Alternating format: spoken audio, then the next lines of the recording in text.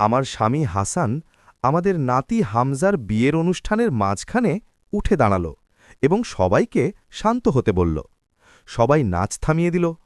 সে তার স্যুটের পকেট থেকে কিছু কাগজ বের করল এবং সমস্ত অতিথিদের সামনে উচ্চস্বরে বলল, নাদিয়া, আমি এখন তোমাকে তালাক দিতে চাই, এখানে সই করো। আমাদের ৩ সন্তান হাততালি দিতে শুরু করল। আমার ছেলের বউ হাসল। আমার শাশুড়ি মাথা নেড়ে সাই দিলেন। আমি স্থির হাতে কাগজে সই করলাম এবং তার কানে ফিসফিস করে বললাম, তুমি জানো না তুমি এইমাত্র কি করলে। ক্রিস্টাল ঝাড়বাতির আলোয় হলরুমটি ঝলমল করছিল। জেসমিন আর গোলাপের সুগন্ধে চারপাশ ভরে গিয়েছিল। হঠাৎ মিউজিক থেমে গেল এবং এক ভারী নীরবতা আমার বুকে চেপে বসল। আমি চারপাশে তাকালাম এবং দেখলাম মানুষের মুখগুলো বিস্ময় থেকে কৌতূহলে রূপ নিচ্ছে। কেউ কেউ তাদের ফোন বের করল। আমি জানতাম এই মুহূর্তটি ১ ঘন্টার মধ্যে পুরো এলাকার আলোচনার বিষয়ে পরিণত হবে, কিন্তু আমি কাঁদিনি, চিৎকার করিনি কিংবা তার কাছে মিনতিও করিনি। আমি আমার গাঢ় নীল রঙের পোশাকে সেখানে বসেছিলাম আর অনুভব করছিলাম এক হিমশীতল অনুভূতি আমার হাড়ের ভেতর দিয়ে বয়ে যাচ্ছে। বরবেশে থাকা হামজা হলের মাঝখানে দাঁড়িয়েছিল। তার চোখ মুখে ছিল বিভ্রান্তি। তার কোণে সালমা তার হাত ধরে ফিসফিস করে কিছু বলছিল, যা আমি শুনতে পাইনি। আমার বড় ছেলে তারেক উৎসাহের সাথে হাততালি দিচ্ছিল আর তার বাবার দিকে তাকিয়ে হাসছিল। মেলো ছেলে মাহমুদও হাততালি দিচ্ছিল, কিন্তু তার মুখে উৎসাহ কম ছিল, যেন সে কেবল একমত হওয়ার ভান করছিল। আমার একমাত্র মেয়ে ইয়াসমিন হাততালি দিচ্ছিল এবং আমার দিকে এমন শীতল দৃষ্টিতে তাকিয়েছিল যা আমি আগে কখনো দেখিনি। আমরা এখানে কিভাবে পৌঁছালাম? যে সন্তানদের আমি লালন পালন করেছি এবং যাদের আরামের জন্য রাত জেগেছি, তারা আমার এই অপমানে কিভাবে হাততালি দিচ্ছে? আমার শাশুড়ি মেরফাত প্রথম সারিতে আমার পাশেই বসেছিলেন। যখন আমি তাকে তার ছেলের কাজে সম্মতি দিয়ে মাথা নাড়তে দেখলাম, তখন হৃদয়ে এমন এক আঘাত অনুভব করলাম যা অন্য সব কিছুর চেয়ে গভীর ছিল।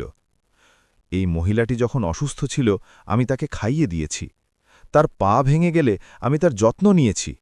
তার গলব্ল্যাডার অপারেশনের সময় টানা ৩ দিন হাসপাতালে তার পাশে বসেছিলাম।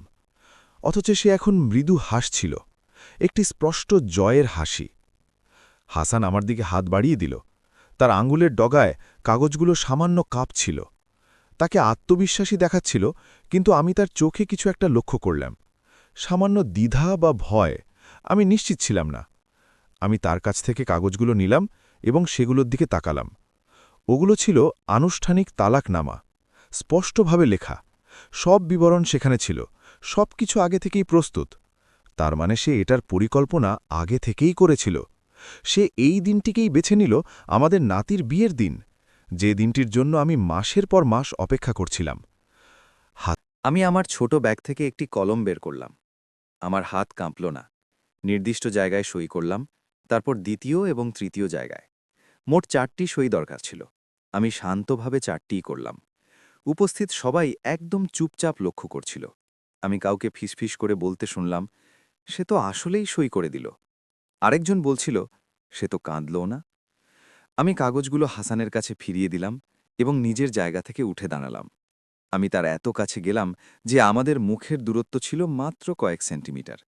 সবাই ভাবছিল আমি হয়তো ভেঙে পড়ব, চিৎকার করব বা ক্ষমা চাইব। কিন্তু আমি খুব নিচু স্বরে ফিসফিস করে বললাম, যা কেবল সেই শুনতে পেল, তুমি জানো না তুমি এইমাত্র কি করলে, কিন্তু তুমি খুব শিগগিরই তা জানতে পারবে। আর যখন জানতে পারবে, তখন অনেক দেরি হয়ে যাবে। আমি দেখলাম তার চোখগুলো কিছুটা বড় হয়ে গেল। তার মুখে দ্রুত একটি ভাব ফুটে উঠল, যা আমি বুঝতে পারলাম না। কিন্তু আমি তাকে পিঠ দেখিয়ে দরজার দিকে হাঁটতে শুরু করলাম। হলরুমটি বড় ছিল এবং আমার জায়গা থেকে দরজা পর্যন্ত দূরত্ব অনেক দীর্ঘ মনে হচ্ছিল। প্রতিটি পদক্ষেপ চকচকে মেঝের ওপর শব্দ তুলছিল। আমি পেছনে ফিরে তাকাইনি, কারো দিকে তাকাইনি। আমার কাঁধ সোজা ছিল, মাথা উঁচু ছিল, বুক ধরফর করছিল, কিন্তু মুখ ছিল শান্ত। আমি আমার শাশুড়িকে বলতে শুনলাম, অবশেষে এটা অনেক আগেই হওয়া উচিত ছিল। তারেকের হাসির শব্দ শুনলাম। অতিথিদের ফিসফিসানি মৌমাছির গুঞ্জনের মতো চারপাশ থেকে ভেসে আসছিল, কিন্তু আমি থামলাম না। দরজার কাছে পৌঁছে সেটা ধাক্কা দিয়ে খুললাম। বাইরের ঠান্ডা বাতাস আমার মুখে লাগল। রাত নেমে গিয়েছিল এবং রাস্তাগুলো হলুদ ল্যাম্পপোস্টের আলোয় আলোকিত ছিল। হলের সামনে দাঁড়িয়ে আমি একটি দীর্ঘশ্বাস নিলাম। এখন আমার হাতগুলো কাঁপছিল। তাদের চোখের আড়ালে যাওয়ার পর আমি নিজেকে অনুভব করার অনুমতি দিলাম। পেটের ভেতর থেকে বুক পর্যন্ত এক তীব্র রাগ উঠে আসছিল। বিশ্বাসঘাতকতার জ্বালা অনুভব করছিলাম, কিন্তু আমি কাঁদিনি। এক ফোঁটা চোখের জলও পড়ল না। ব্যথার চেয়েও শক্তিশালী কিছু একটা ছিল সেখানে, শীতল এবং কঠিন কিছু। ব্যাগ থেকে ফোন বের করে ট্যাক্সি ডাকলাম। ঠিকানা দেওয়ার সময় আমার গলা শান্ত ছিল। 10 মিনিট পর গাড়ি এলো। আমি পেছনের সিটে বসলাম এবং দরজা বন্ধ করে দিলাম। ড্রাইভার আয়নায় আমার দিকে তাকিয়ে বলল, ম্যাডাম, আপনি কি ঠিক আছেন? আমি শুধু মাথা নাড়লাম, কথা বলতে পারলাম না। গাড়িটি হল থেকে দূরে সরে যাওয়ার সময় আমি জানালা দিয়ে তাকালাম। রঙিন আলোগুলো দেখলাম, মিউজিক আবার বাজতে শুনলাম। তাদের অনুষ্ঠান চলছিল, জীবন চলছিল, যেন কিছুই হয়নি, যেন আমার কোনো অস্তিত্বই ছিল না। ৩৫ বছরের দাম্পত্য ৫ মিনিটে শেষ হয়ে গেল। এই পরিবারের জন্য ৩৫ বছরের আত্মত্যাগ, রাত জাগা আর নিরন্তর পরিশ্রম শেষ হল হাততালির মাধ্যমে। আধ ঘণ্টা পর আমি বাসায় পৌঁছলাম। যে বাড়িটি আমি নিজের টাকায় কিনেছিলাম, যে বাড়িটি আমার নামে কেনা, তা কেউ জানত না। ড্রাইভারকে ভাড়া মিটিয়ে আমি সিঁড়ি দিয়ে উপরে উঠলাম। দরজা খুলে ভেতরে ঢুকলাম। চারদিকে ঘুটঘুটে নীরবতা। আমি লাইট জ্বালালাম এবং চারপাশে তাকালাম। সবকিছু নিজের জায়গায় ছিল। আমার নিজের পছন্দের সোফা, বাদামি পর্দা, দেয়ালে ঝোলানো ছবিগুলো, বাচ্চাদের ছোটবেলার ছবি, আমার আর হাসানের শুরুর দিকের ছবি। আমি শোবার ঘরে গিয়ে পোশাক বদলালাম। নাইট ড্রেস পরে বিছানার একপাশে বসলাম। হাসানের বালিশের দিকে তাকালাম, যেখানে সে ৩৫ বছর ধরে ঘুমাচ্ছিল। আগামীকাল থেকে সে আর এখানে ঘুমাবে না। সে কি এর পরিণতির কথা জানত, নাকি সে ভেবেছিল আমি ভেঙে পড়ব আর তাকে ফিরে আসার জন্য অনুরোধ করব? আমি উঠে রান্নাঘরে গেলাম। ফ্রিজ খুলে ১ বোতল জল বের করে ধীরে ধীরে পান করলাম। আমার হাতের কাঁপুনি থেমে গিয়েছিল। মস্তিষ্ক কাজ করতে শুরু করল। আমি ভাবতে লাগলাম, পরিকল্পনা করতে লাগলাম। হাসান অনেক কিছু জানে না। সে আমার ব্যাঙ্ক অ্যাকাউন্ট সম্পর্কে জানে না, রিয়েল এস্টেট সম্পর্কে জানে না। গত কয়েক বছরে আমি যে বিনিয়োগগুলো করেছি সে সম্পর্কেও তার কোনো ধারণা নেই। সে সবসময় ভেবেছে আমি কেবল একজন সাধারণ গৃহিণী, যে রান্না করে, পরিষ্কার করে আর বাচ্চাদের লালন পালন করে। কিন্তু সে ভুল ছিল। আমি কাজ করছিলাম, সঞ্চয় করছিলাম, পরিকল্পনা করছিলাম, এবং আমি জানতাম এমন একটি দিন আসতে পারে। আমি আশা করিনি এটা এভাবে প্রকাশ্যে অপমানের মাধ্যমে আসবে, কিন্তু আমি কল্পনার চেয়েও বেশি প্রস্তুত ছিলাম। সকালে ফজর পর্যন্ত আমি সোফায় বসে চায়ের কাপ হাতে নিয়ে ভাবছিলাম। সারা রাত ঘুমায়নি। সবকিছু এখন স্পষ্ট হয়ে গিয়েছিল। সেই ছোট ছোট সংকেতগুলো যা আমি এড়িয়ে গিয়েছিলাম, যে কথাগুলোতে আমি কান দিইনি। প্রায় ৬ মাস আগে থেকে হাসান অন্যরকম আচরণ শুরু করেছিল। সে কাজ থেকে দেরিতে ফিরত, ফোনে অনেক সময় কাটাত এবং ফোনের স্ক্রিনের দিকে তাকিয়ে এমনভাবে হাসত যা আমি অনেক বছর দেখিনি। আমি একবারই জিজ্ঞেস করেছিলাম, সব ঠিক আছে কিনা। সে বলেছিল, অবশ্যই, কেন জিজ্ঞেস করছ? আমি আর দ্বিতীয়বার জিজ্ঞেস করিনি। হয়তো এটা আমার ভুল ছিল, হয়তো আমার জোর করা উচিত ছিল, কিন্তু আমি ব্যস্ত ছিলাম। শাশুড়ির সেবা করছিলাম, ইয়াসমিনকে পরীক্ষায় সাহায্য করছিলাম এবং যথারীতি ঘর সামলাচ্ছিলাম। তারপর শাশুড়ির বাসায় হাসানের যাওয়া বেড়ে গেল। সে প্রায় প্রতিদিন সেখানে যেত, বলতো তার মায়ের সাহায্য দরকার। আমি কিছু সন্দেহ করিনি, বরং খুশি ছিলাম যে সে তার মায়ের দেখাশোনা করছে। কিন্তু এখন আমি বুঝতে পারছি, আমার শাশুড়িই তার সাথে পরিকল্পনা করছিল, তাকে উৎসাহিত করছিল আমাকে বিদায় দেওয়ার জন্যে। বাচ্চারাও বদলে গিয়েছিল। তারেক সবসময় তার বাবার বেশি নেওয়াটা ছিল, কিন্তু শেষ কয়েক মাস সে আমাকে এড়িয়ে চলত। সে বাসায় এসে বাবার সাথে খুব উষ্ণভাবে দেখা করত, আর আমার দিকে শুধু মাথা নাড়ত। মাহমুদ সরাসরি কিছু না করলেও তার কথা বলায় এক ধরনের অনীহা ছিল। আর ইয়াসমিন ছিল সবচেয়ে বড় আঘাত। আমার মেয়ে, যাকে আমি দুনিয়ার সবচেয়ে কাছের মানুষ ভাবতাম, সে শেষ কয়েক সপ্তাহ ধরে আমার দিকে অদ্ভুতভাবে তাকাচ্ছিল। মাঝে মাঝে সে অদ্ভুত প্রশ্ন করত, মা, তুমি কি সুখী? অথবা মা, তুমি কি কখনো অন্যরকম জীবনের কথা ভেবেছ? আমি হেসে বলতাম, আমি তোমাদের নিয়ে সুখী। কিন্তু সে হয়তো সন্তুষ্ট হতো না। এখন আমি বুঝলাম তারা সবাই জানত। তারা সবাই হাসানের পরিকল্পনায় অংশ নিয়েছিল। তারা সবাই মিলে আমার অপমানের পরিকল্পনা করেছিল এবং হামজার বিয়ের দিনটিকেই বেছে নিয়েছিল যাতে সবার সামনে আমাকে ছোট করা যায়। হঠাৎ আমার ফোন বেজে উঠল, একটি অজানা নম্বর। আমি ফোন ধরলাম। ওপাশ থেকে এক তরুণীর কণ্ঠ শোনা গেল। সৈয়দা নাদিয়া? আমি সতর্কভাবে বললাম, হ্যাঁ, কে বলছেন? সে বলল, আমি আপনার ছেলের বউয়ের এক বান্ধবী। কাল যা হয়েছে আমি তার জন্য দুঃখিত। আপনাকে একটি কথা জানাতে চাই। আমার বুক ধরফর করতে লাগল। সে বলল, আপনার স্বামী মাসখানেক ধরে একজনের সাথে দেখা করছেন। তার নাম হুদা। আমি তাদের আমাদের অফিসের কাছের ক্যাফেতে কয়েকবার দেখেছি। আমি তাকে ধন্যবাদ দিয়ে ফোন রেখে দিলাম। হুদা, এই নামটাই সব পরিষ্কার করে দিল। হাসানের অদ্ভুত আচরণ, সেই লুকানো হাসি, সবকিছুর কারণ এখন স্পষ্ট। সে তার মায়ের কাছে যেত না, সে ওই মহিলার কাছে যেত, আর আমার শাশুড়ি সেটা জানতেন এবং তাকে সাহায্য করছিলেন। সূর্য উকি দিচ্ছিল জানালা দিয়ে। এটা ছিল আমার নতুন জীবনের প্রথম দিন। হাসান ছাড়া জীবন, আমাকে ঠকানো সন্তানদের ছাড়া জীবন, এবং সেই শাশুড়ি ছাড়া জীবন যে আমার অপমানে হেসেছে।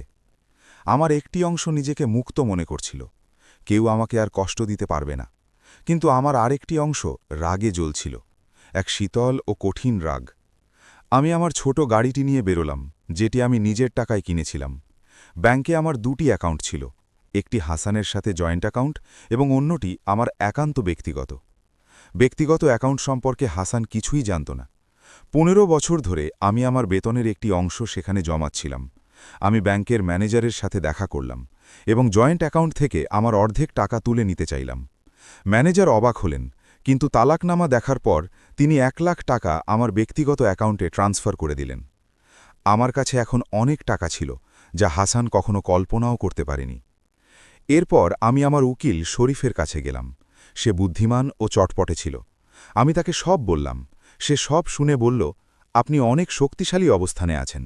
আপনার স্বামী জানেন না আপনার কত সম্পত্তি আছে। আপনি যে বাড়িতে থাকেন সেটিও আপনার নামে কেনা। সে কিছুই পাবে না।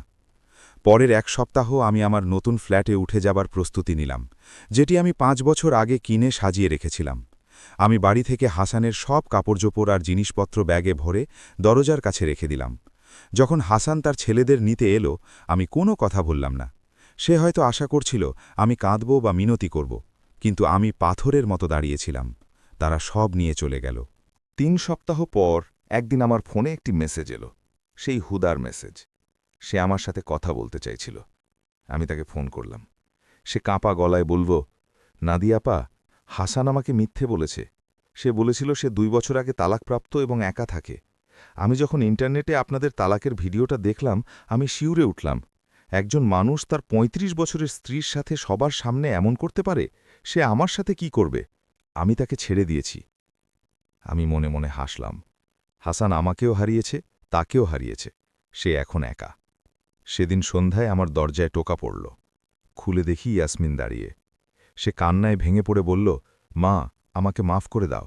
বাবা আমাদের বলেছিল তুমি এই তালাকের বিষয়ে একমত এবং তুমি নিজের মতো থাকতে চাও। আমরা তার কথা বিশ্বাস করেছিলাম, কিন্তু কাল তোমার মুখ দেখে আমি বুঝেছি সে মিথ্যে বলেছে। মা, আমি খুব বড় ভুল করেছি। আমি আমার মেয়ের দিকে তাকালাম। আমার বুকের ভেতর এক অদ্ভুত কষ্ট আর রাগের লড়াই চলছিল। এই মেয়েটি আমার হাতে মানুষ হয়েছে, অথচ সে তার বাবার সাজানো মিথ্যে বিশ্বাস করে আমার অপমানে হাততালি দিয়েছে। আমি শান্ত গলায় বললাম, তোমার বয়স 20 বছর হয়েছে ইয়াসমিন। তোমার ভাবা উচিত ছিল, আমাকে জিজ্ঞেস করা উচিত ছিল। কিন্তু তুমি সহজ পথটা বেছে নিয়েছ। আমি তোমাকে এত সহজে মাফ করতে পারব না। আমার সময় লাগবে। সে কাঁদতে কাঁদতে চলে গেল। আমি অন্ধকার ঘরে একলা বসে রইলাম। আমি জানি হাসান এখন একা হয়ে পড়বে। তার ক্ষমতা, তার দম্ভ সব ধুলোয় মিশে যাবে। আর আমি আমার মাথা উঁচু করে বাঁচব। সে জানত না সে সেদিন কি করেছিল, কিন্তু এখন সে বুঝতে শুরু করেছে।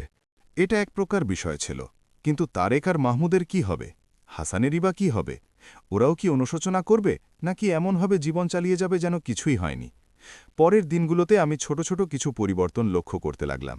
দেখলাম তারেক রাস্তা দিয়ে যাওয়ার সময় ফ্ল্যাটের দিকে তাকাচ্ছিল। সে দরজা নক করেনি, শুধু তাকিয়ে থেকে চলে গেল। আমার প্রতিবেশীর কাছে শুনলাম যে হাসান ইদানিং খুব বিষণ্ণ থাকত। সে প্রতিদিন বাইরের কেনা খাবার খেত, কারণ সে জানত না কিভাবে রান্না করতে হয়। সে এখন একটা ছোট আর অন্ধকার ফ্ল্যাটে থাকত। শুনলাম আমার শাশুড়ি মেরফাত অসুস্থ হয়ে পড়েছেন, এবং আমি যেভাবে তার যত্ন নিতাম তেমনটা করার মতো কেউ নেই। এসব খবর আমার কাছে অল্প অল্প করে আসছিল, এবং প্রতিটি খবর একটি বড় ছবি তৈরি করছিল। হাসান বুঝতে শুরু করেছিল সে কি হারিয়েছে। তারা সবাই বুঝতে শুরু করেছিল। 3 সপ্তাহ পর একদিন আমার ফোনে একটি মেসেজ এলো। সেই হুদার মেসেজ। সে আমার সাথে কথা বলতে চাইছিল। আমি তাকে ফোন করলাম।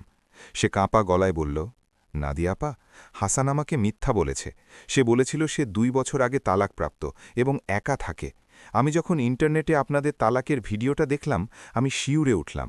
একজন মানুষ তার 35 বছরের স্ত্রীর সাথে সবার সামনে এমন করতে পারে, সে আমার সাথে কি করবে? আমি তাকে ছেড়ে দিয়েছি। আমি মনে মনে হাসলাম। হাসান আমাকেও হারিয়েছে, তাকেও হারিয়েছে। সে এখন একা। সেদিন সন্ধ্যায় আমার দরজায় টোকা পড়ল। খুলে দেখি ইয়াসমিন দাঁড়িয়ে। সে কান্নায় ভেঙে পড়ে বলল, মা, আমাকে মাফ করে দাও। বাবা আমাদের বলেছিল তুমি এই তালাকের বিষয়ে একমত এবং তুমি নিজের মতো থাকতে চাও। আমরা তার কথা বিশ্বাস করেছিলাম, কিন্তু কাল তোমার মুখ দেখে আমি বুঝেছি সে মিথ্যা বলেছে। মা, আমি খুব বড় ভুল করেছি। আমি আমার মেয়ের দিকে তাকালাম। আমার বুকের ভেতর এক অদ্ভুত কষ্ট আর রাগের লড়াই চলছিল। এই মেয়েটি আমার হাতে মানুষ হয়েছে, অথচ সে তার বাবার সাজানো মিথ্যা বিশ্বাস করে আমার অপমানে হাততালি দিয়েছে। আমি শান্ত গলায় বললাম, তোমার বয়স 20 বছর হয়েছে ইয়াসমিন। তোমার ভাবা উচিত ছিল, আমাকে জিজ্ঞেস করা উচিত ছিল। কিন্তু তুমি সহজ পথটা বেছে নিয়েছ। আমি তোমাকে এত সহজে মাফ করতে পারব না। আমার সময় লাগবে। সে কাঁদতে কাঁদতে চলে গেল। আমি অন্ধকার ঘরে একলা বসে রইলাম। আমি জানি হাসান এখন একা হয়ে পড়বে। তার ক্ষমতা, তার দম্ভ সব ধুলোই মিশে যাবে। আর আমি আমার মাথা উঁচু করে বাঁচব। সে জানত না সে সেদিন কী করেছিল, কিন্তু এখন সে বুঝতে শুরু করেছে। তালাকের 2 মাস পর এমন কিছু ঘটল যা আমি আশা করিনি। আমি অফিসে ছিলাম যখন মাহমুদের ফোন এলো। আমি সতর্কভাবে ধরলাম। তার কণ্ঠস্বর দ্বিধায় ভরা ছিল। মা, তোমার সাথে আমার কথা বলা দরকার। আমি কি আজ তোমার কাছে আসতে পারি? আমি বললাম, সন্ধ্যায় ফ্ল্যাটে এসো। সে বলল, ধন্যবাদ মা, এবং ফোন রেখে দিল। সন্ধ্যায় মাহমুদ যখন এলো তাকে অন্যরকম দেখাচ্ছিল। তার মুখ ফ্যাকাশে আর চোখগুলো ক্লান্ত ছিল। সে আমার সামনে বসল এবং কষ্টে কথা বলতে শুরু করল। মা, আমি দুঃখিত, অনেক দুঃখিত। আমি নির্বোধ ছিলাম। বাবার কথা বিশ্বাস করেছিলাম যখন সে বলেছিল তুমি তালাকের ব্যাপারে একমত। আমি ভাবিনি, কিছু জিজ্ঞেস করিনি, শুধু তাকে বিশ্বাস করে ওসব করেছিলাম। কিন্তু এখন আমি সত্যটা দেখতে পাচ্ছি। আমি তাকে জিজ্ঞেস করলাম, তুমি কি দেখতে পাচ্ছ? সে বলল, আমি দেখতে পাচ্ছি বাবা মিথ্যা বলছিল।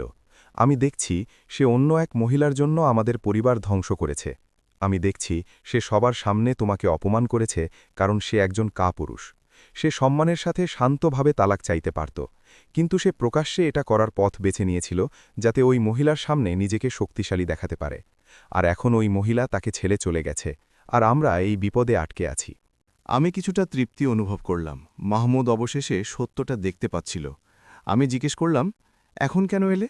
2 মাস আগে কেন আসনি? সে বলল, কারণ আমি ভয় পাচ্ছিলাম। বাবাকে ভয় পাচ্ছিলাম, তারেককে ভয় পাচ্ছিলাম, নিজের ভুল স্বীকার করতে ভয় পাচ্ছিলাম। কিন্তু এখন আমি আর এভাবে চলতে পারছি না। বাবা বদলে গেছে। সে খিটখিটে আর বিষণ্ণ হয়ে গেছে। সে প্রতিদিন আমাকে ফোন করে অভিযোগ করে, বলে সে একাকিত্ব অনুভব করছে, সে তোমাকে মিস করছে। আমি তাকে কি বলবো জানি না। আমি জিজ্ঞেস করলাম, তুমি আমার কাছে কি চাও? সে করুণ চোখে আমার দিকে তাকিয়ে বলল, প্রথমে চাই তুমি আমাকে ক্ষমা করো, তারপর তোমার পরামর্শ চাই বাবার সাথে আমি কি করব।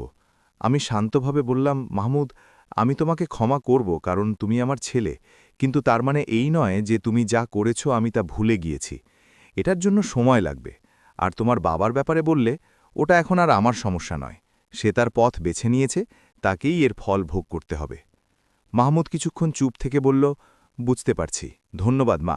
সে যাওয়ার জন্য উঠে দাঁড়াল, কিন্তু দরজার কাছে থেমে বলল, ভালো কথা, দাদি মেরফাত হাসপাতালে, বাসায় পড়ে গিয়ে তার কোমরের হাড় ভেঙে গেছে।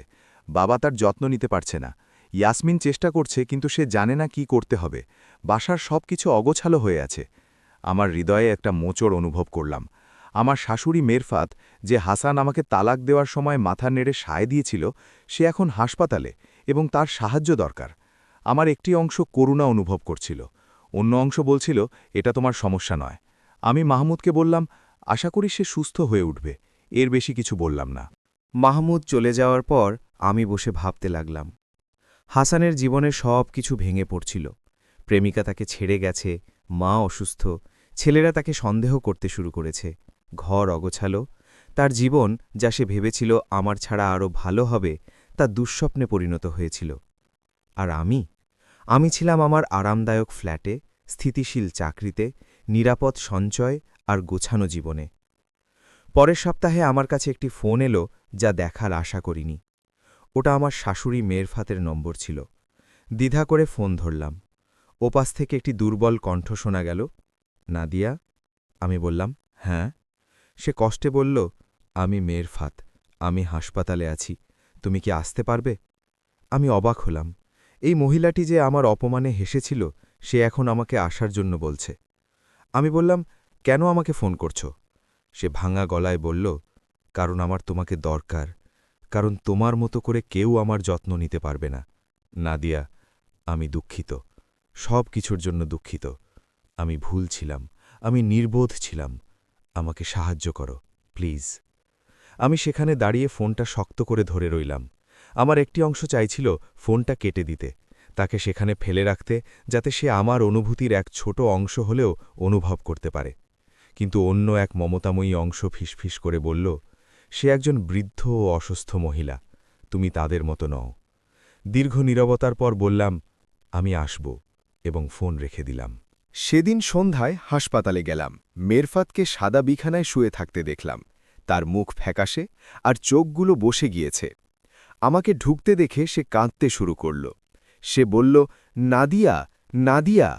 আমি তার দিকে এগিয়ে গিয়ে বিছানার পাশের চেয়ারে বসলাম। জিজ্ঞেস করলাম, কেমন আছো? সে কাঁপা কাঁপা হাতে আমার হাত ধরে বলল, তুমি এসেছ বলে এখন আমি ভালো আছি। তোমার মতো কেউ আমার সেবা করেনি। ইয়াসমিন আসে, কিন্তু সে জানে না কি করতে হবে। হাসান একবার এসেছিল, তারপর আর আসেনি। আমি একা, বড় একা। আমি মনে মনে কিছুটা নরম হলাম। জিজ্ঞেস করলাম, তুমি কেন সেদিন ওটা করেছিলে? হাসান যখন আমাকে তালাক দিল, তখন তুমি কেন মাথা নেড়ে সায় দিয়েছিলে? সে চোখের জল ভরা চোখে আমার দিকে তাকিয়ে বলল, কারণ আমি নির্বোধ ছিলাম। হাসান আমাকে বুঝিয়েছিল যে তুমিই তার সব সমস্যার কারণ। সে বলেছিল তুমি শীতল, তুমি তাকে পাত্তা দাও না, তুমি নিজের মতো জীবন কাটাতে চাও। সে আমার ছেলে বলে আমি তাকে বিশ্বাস করেছিলাম, কিন্তু এখন আমি দেখছি সে মিথ্যা বলছিল। আমি দেখছি কেবল তুমিই আসলে যত্ন নিতে। আমি তার সাথে 1 ঘণ্টা বসলাম। আমরা সামান্য কথা বললাম আর অনেকক্ষণ চুপ করে থাকলাম। আমি যাওয়ার আগে সে বলল, তুমি কি আবার আসবে? আমি তার দিকে তাকিয়ে বললাম, ভেবে দেখব। আমি মিশ্র অনুভূতি নিয়ে হাসপাতাল থেকে বেরোলাম। আমি তার ওপর রাগান্বিত ছিলাম, কিন্তু করুণাও হচ্ছিল। পরের দিন অফিসে ছিলাম যখন উকিল শরীফ এলো। সে বলল, নাদিয়া, একটা খবর আছে। হাসান পুরনো বাড়িটা বিক্রি করার চেষ্টা করছে।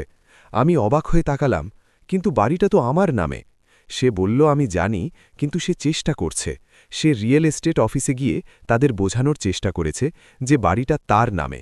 যখন তারা জানতে পারল ওটা তার নয়, তারা তাকে বের করে দিয়েছে।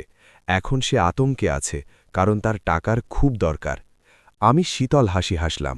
হাসান ভেবেছিল বাড়িটা তার। সে ভেবেছিল ওটা বিক্রি করে টাকা পাবে, কিন্তু সে এখন আবিষ্কার করল যে তার কিছুই নেই। শরীফকে বললাম, আমি কি করব? সে বলল, কিছুই না, শুধু অপেক্ষা করো। সে শীঘ্রই ভেঙে পড়বে, আর তুমি তখন তা দেখার জন্য সেখানে থাকবে। সেদিন সন্ধ্যায় আমি আমার ফ্ল্যাটে বসেছিলাম যখন দরজায় প্রচণ্ড জোরে টোকা পড়ল। আমার বুক ধরফর করে উঠল। দ্রুত দরজার কাছে গিয়ে আইহোল দিয়ে দেখলাম হাসান দাঁড়িয়ে। তার মুখ লাল আর চুল এলোমেলো ছিল। সে আবার জোরে আঘাত করল এবং চিৎকার করে বলল, নাদিয়া, দরজা খোলো, আমি জানি তুমি ভেতরে আছো। আমি কিছুক্ষণ দ্বিধা করলাম।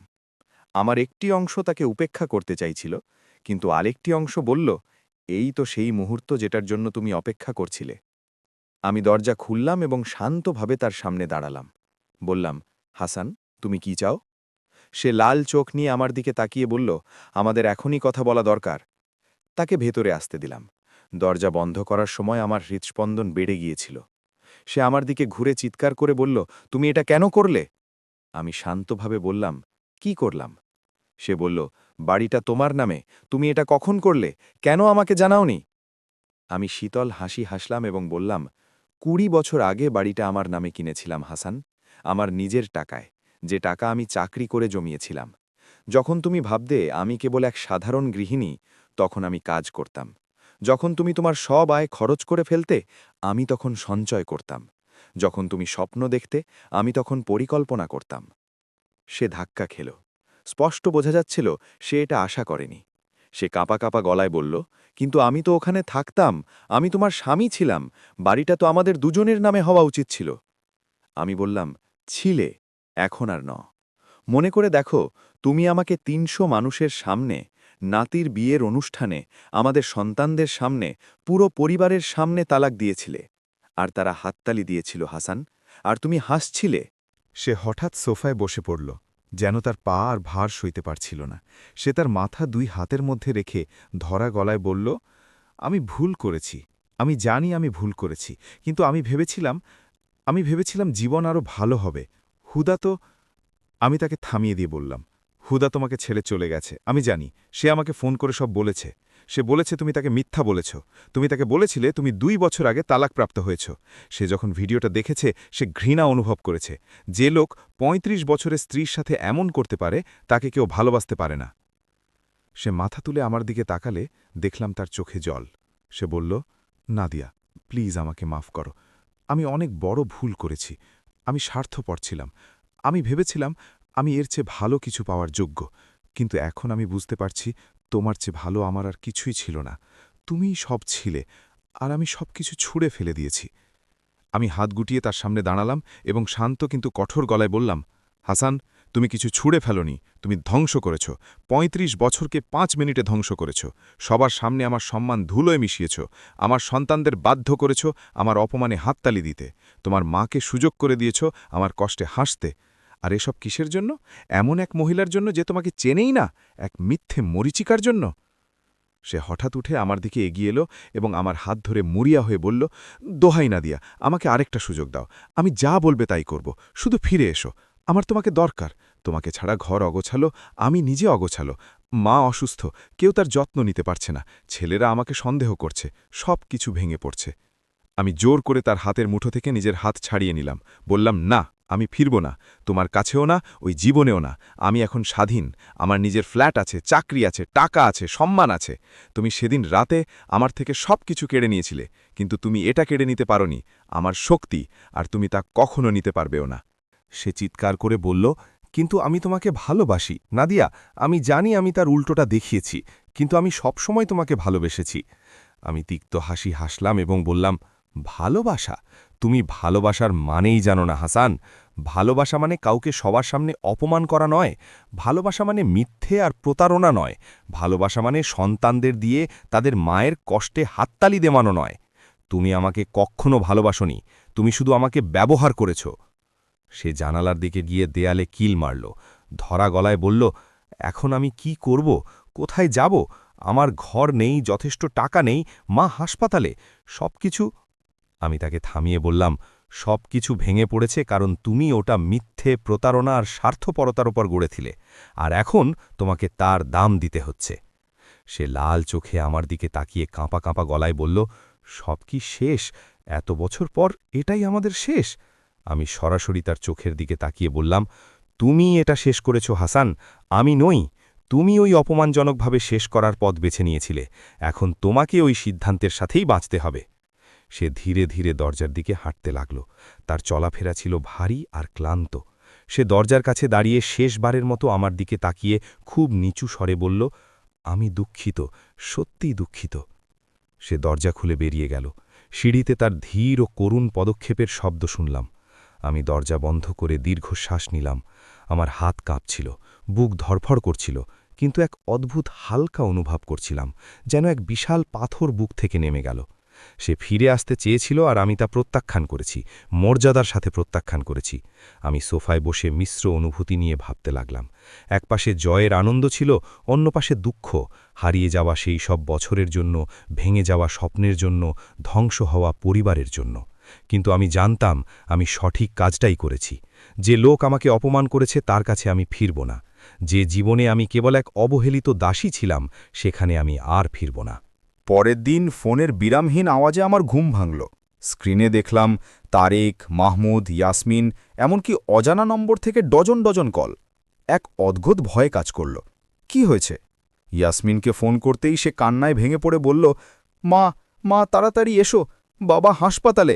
সে নিজের ক্ষতি করার চেষ্টা করেছে, তারা তাকে ইমার্জেন্সিতে নিয়ে গেছে, প্লিজ এসো।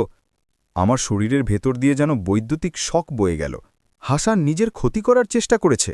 কোন হাসপাতালে? জিজ্ঞেস করে আমি দ্রুত গাড়ি নিয়ে বেরোলাম। আমার বুক পাগলের মতো ধরফর করছিল। সে কি করেছে? সে কি বেঁচে আছে? এত কষ্টের পরেও আমি তাকে নিজের ক্ষতি করতে দেখতে পারছিলাম না।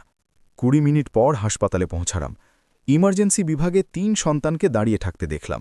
ইয়াসমিন কাঁদছিল, তারেক উদ্বেগের সাথে হাঁটাহাঁটি করছিল, মাহমুদ মাথায় হাত দিয়ে বসেছিল। আমাকে দেখে তারা দৌড়ে এলো। ইয়াসমিন আমাকে জড়িয়ে ধরে বলল, মা, জানি না কি হয়েছে, আমরা তাকে তার ফ্ল্যাটে পেলাম, সে অনেকগুলো ওষুধ খেয়েছিল, সময় মতো না পৌঁছালে। সে কথা শেষ করতে পারল না। আমার হৃদয়ে মোচড় দিয়ে উঠল। হাসান আত্মহত্যার চেষ্টা করেছে। ৩৫ বছর যার সাথে কাটিয়েছি, সে নিজের জীবন শেষ করতে চেয়েছিল। তারেককে জিজ্ঞেস করলাম সে কেমন আছে। সে কাঁপা গলায় বলল, ডাক্তাররা বলছেন সে বেঁচে যাবে, তার পাকস্থলী পরিষ্কার করা হয়েছে, কিন্তু সে এখনও অজ্ঞান। ৩ সন্তানের মুখে অপরাধবোধ স্পষ্ট ছিল। তারা বুঝতে পারছিল তারা কি করেছে। আমরা হাসানের জ্ঞান ফেরার অপেক্ষায় বসে রইলাম। ১ ঘণ্টা, ২ ঘণ্টা, ৩ ঘণ্টা কাটল। নীরবতা ছিল অনেক ভারী। মাঝে মাঝে ইয়াসমিন ফুঁপিয়ে কাঁদছিল। তারেক জানালার বাইরে তাকিয়েছিল। মাহমুদ নড়াচড়া করছিল না। অবশেষে একজন ডাক্তার বের হলেন এবং বললেন তার জ্ঞান ফিরেছে, কিন্তু সে খুব দুর্বল, কেবল একজন ভেতরে যেতে পারবেন। বাচ্চারা আমার দিকে তাকালো। আমি বললাম, আমি ভেতরে যাব।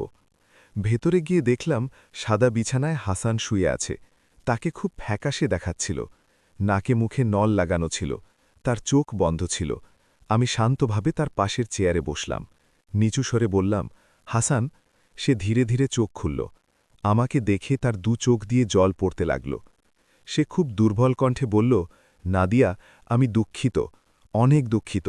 আমি এই ব্যথা সইতে পারছিলাম না। আমি যা করেছি তা সহ্য করতে পারছিলাম না। আমি সবকিছু ধ্বংস করে দিয়েছি, পরিবার, তোমাকে, নিজেকে। আমি চুপ করে তাকিয়ে রইলাম। যে লোকটা সবার সামনে আত্মবিশ্বাসী আর শক্তিশালী ছিল, সে এখন পুরোপুরি ভেঙে পড়েছে। যে ৩০০ মানুষের সামনে উচ্চস্বরে তালাক চেয়েছিল, সে এখন হাসপাতালের বিছানায় নিঃশব্দে কাঁদছে। আমার মধ্যে অনেক জটিল অনুভূতি কাজ করছিল, রাগ, করুণা, দুঃখ, সব একসাথে।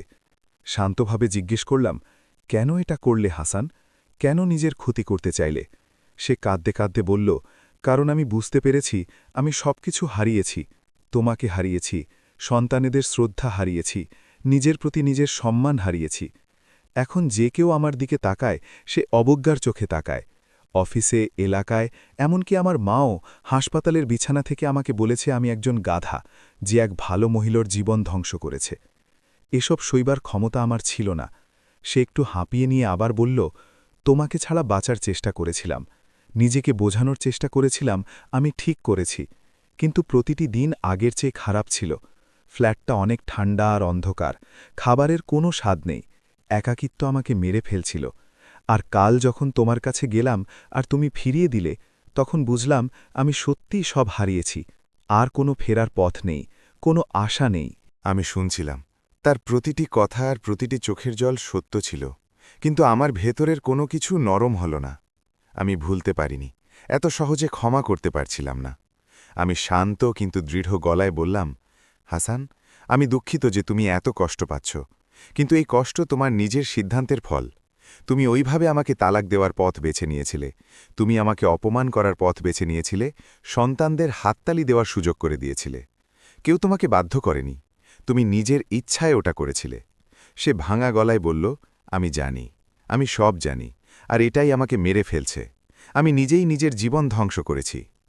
আমি বললাম, আর আমার জীবনও ধ্বংস করতে চেয়েছিলে, কিন্তু আমি নতুন করে গড়ার পথ বেছে নিয়েছি। আমি উঠে দাঁড়ানোর আর শক্তিশালী হওয়ার সিদ্ধান্ত নিয়েছি। তুমিও বেছে নিতে পারো, এই ভুল থেকে শিক্ষা নিয়ে ভালো মানুষ হওয়ার চেষ্টা করতে পারো, অথবা হাল ছেড়ে দিতে পারো। সিদ্ধান্ত তোমার। সে কিছুক্ষণ চুপ থেকে কাঁপা কাঁপা গলায় বলল, তোমাকে একটা কথা জিজ্ঞেস করতে পারি? আমি বললাম, বলো। সে বলল, আমাদের কি আবার ফিরে আসার কোনো সুযোগ আছে? সামান্যতম সুযোগ? আমি দীর্ঘক্ষণ তার চোখের দিকে তাকিয়ে রইলাম। তার চোখে ওই ৩৫ বছরের ভালো মন্দ সব স্মৃতি দেখতে পাচ্ছিলাম, কিন্তু সেই সাথে বিয়ের অনুষ্ঠানের সেই মুহূর্তটাও দেখছিলাম, সেই হাততালি, সেই হাসি, সেই অপমান।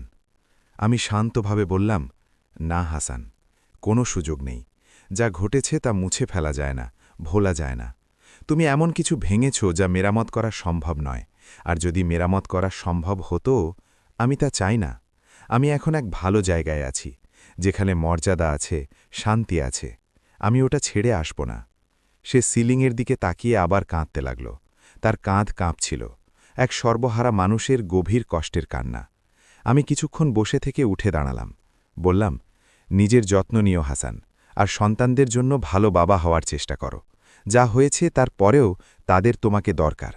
আমি দরজার দিকে যেতে যেতে তার দুর্বল কণ্ঠ শুনলাম, ধন্যবাদ আসার জন্য, আর আমাদের সবার চেয়ে ভালো হওয়ার জন্য ধন্যবাদ। আমি ফিরে না তাকিয়ে বেরিয়ে এলাম এবং দরজা বন্ধ করে দিলাম। বাইরে বেরিয়ে দেখলাম ৩ সন্তান দাঁড়িয়ে আছে। ইয়াসমিন উদ্বেগের সাথে জিজ্ঞেস করল, মা, বাবা কেমন আছে? আমি শান্তভাবে বললাম, সে ভালো আছে, বেঁচে যাবে। তাদের মুখে স্বস্তি দেখলাম, কিন্তু সেই সাথে লজ্জা আর অনুশোচনাও দেখলাম। আমরা ওয়েটিং রুমে বসলাম। দীর্ঘ নীরবতার পর তারেক ক্লান্ত গলায় বলল, মা, আমি দুঃখিত, আমরা সবাই দুঃখিত। আমরা বোকা ছিলাম, বাবার কথা বিশ্বাস করেছিলাম, আমরা ভাবিনি, জিজ্ঞেস করিনি, শুধু ধরে নিয়েছিলাম। আর এখন এর ফল দেখছি। বাবা নিজেকে ধ্বংস করেছে, আর আমরা তোমার সাথে আমাদের সম্পর্ক প্রায় শেষ করে ফেলেছিলাম। আমি তাদের ৩ জনের দিকে তাকালাম। আমার সন্তান, যাদের আমি ভালোবেসে মানুষ করেছি, কিন্তু তারা আমাকে বর্ণনাতীত কষ্ট দিয়েছে। আমি বললাম, তারেক, তোমাদের বুদ্ধি আছে, তোমাদের ভাবা উচিত ছিল, আমাকে জিজ্ঞেস করা উচিত ছিল, কিন্তু তোমরা সহজ পথটা বেছে নিয়েছিলে। তোমরা যা বিশ্বাস করতে চেয়েছিলে তাই বিশ্বাস করেছিলে। এটা আমাকে সবচেয়ে বেশি কষ্ট দিয়েছে। মাহমুদ বলল, আমি জানি মা, আমরা খুব বড় ভুল করেছি, আমরা এটা ঠিক করতে চাই, আমাদের একটা সুযোগ দাও। আমি বললাম, মাহমুদ, ক্ষত শুকাতে সময় লাগে, একদিনে সব ঠিক হয় না। কথার চেয়ে কাজের মাধ্যমে আমাকে বোঝাও যে তোমরা সত্যি অনুতপ্ত। ইয়াসমিন আমার পাশে বসে হাত ধরল এবং বলল, মা, আমি যা বলবে তাই করব। আমি তোমার সাথে থাকব, তোমাকে সাহায্য করব। আমি প্রমাণ করব আমি তোমার মেয়ে, আমি তোমাকে অনেক ভালোবাসি। তার চোখে সত্য আর ভালোবাসা দেখলাম। শান্তভাবে বললাম, ঠিক আছে ইয়াসমিন, দেখা যাবে। আমরা সন্ধ্যা পর্যন্ত হাসপাতালে থাকলাম। ডাক্তাররা জানালেন হাসানকে আরও কয়েকদিন পর্যবেক্ষণে রাখা হবে। আমি সব গুছিয়ে দেওয়ার কাজে সাহায্য করতে রাজি হলাম, হাসানের জন্য নয়, সন্তানদের জন্য আর নিজের জন্য, কারণ আমি এই অধ্যায়টা মর্যাদার সাথে শেষ করতে চেয়েছিলাম। পরের কয়েক সপ্তাহে সবকিছু ধীরে ধীরে স্বাভাবিক হতে লাগল। হাসান হাসপাতাল থেকে ছাড়া পেয়ে তারেকের বাসায় থাকতে গেল। বাচ্চারা নিয়মিত আমার কাছে আসতে লাগল। তারা দেখানোর চেষ্টা করছিল যে তারা এখন যত্ন নেয়। ধীরে ধীরে ক্ষতগুলো শুকাতে শুরু করল, পুরোপুরি না হলেও অনেকটা। শাশুড়ি মেরফাতও সুস্থ হয়ে উঠলেন, তিনিও দেখা করতে চাইলেন। আমি তারেকের বাসায় তার কাছে গেলাম। তিনি আমার হাত ধরে বললেন, ধন্যবাদ নাদিয়া, হাসপাতালে আসার জন্য ধন্যবাদ, আমাদের সবার চেয়ে ভালো হওয়ার জন্য ধন্যবাদ। আমি তোমার দয়ার যোগ্য নই, কিন্তু আমি কৃতজ্ঞ। আমি বললাম, আপনি হাসানের মা, আর সবকিছুর পরেও আমি আপনাকে কষ্ট পেতে দেখতে পারি না। জীবন এক নতুন স্বাভাবিকতায় ফিরে এলো। আমি আমার ফ্ল্যাটে, হাসান তার জীবনে। বাচ্চারা আমার সাথে সম্পর্ক গড়ার চেষ্টা করছে, আর আমি তাদের সুযোগ দিচ্ছি, কারণ আমি ভুলে যাইনি, কিন্তু আমি ব্যথার চেয়ে বড় হওয়ার সিদ্ধান্ত নিয়েছি। হাসান হাসপাতাল থেকে ফেরার ১ মাস পর মাহমুদ আমাকে ফোন করে বলল, মা, বাবা যে ফ্ল্যাটে থাকত ওটা বিক্রি করে একটা ছোট ফ্ল্যাট খুঁজছে, তুমি কি তাকে সাহায্য করতে পারবে? আমি কিছুক্ষণ দ্বিধা করলাম, কিন্তু পরে সাহায্য করার সিদ্ধান্ত নিলাম, কেবল এটা প্রমাণ করতে যে আমি হিংসার চেয়ে বড়। আমি হাসানকে ফোন করে সাহায্য করতে চাইলাম। সে অবাক হয়ে বলল, সত্যিই তুমি সাহায্য করবে?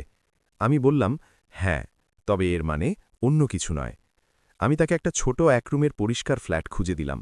সে দেখে বলল, এটা চমৎকার, ধন্যবাদ নাদিয়া। আমি কিছু না বলে শুধু মাথা নেড়ে চলে এলাম। পরের কয়েক সপ্তাহে হাসানের মধ্যে পরিবর্তন দেখলাম। সে নিজের উপর কাজ করতে শুরু করল, মানসিক কাউন্সেলিং নিতে শুরু করল, সন্তানদের সাথে সময় কাটাতে লাগল। সে ভালো বাবা হওয়ার চেষ্টা করছিল, যদিও অনেক দেরি হয়ে গিয়েছিল।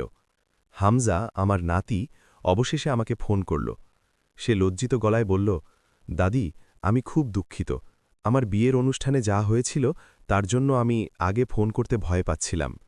আমি তাকে কোমলভাবে বললাম, হামজা সোনা, তোমার কোনো দোষ ছিল না। ওটা তোমার বিশেষ দিন ছিল। যা হয়েছে তার জন্য তুমি দায়ী নও।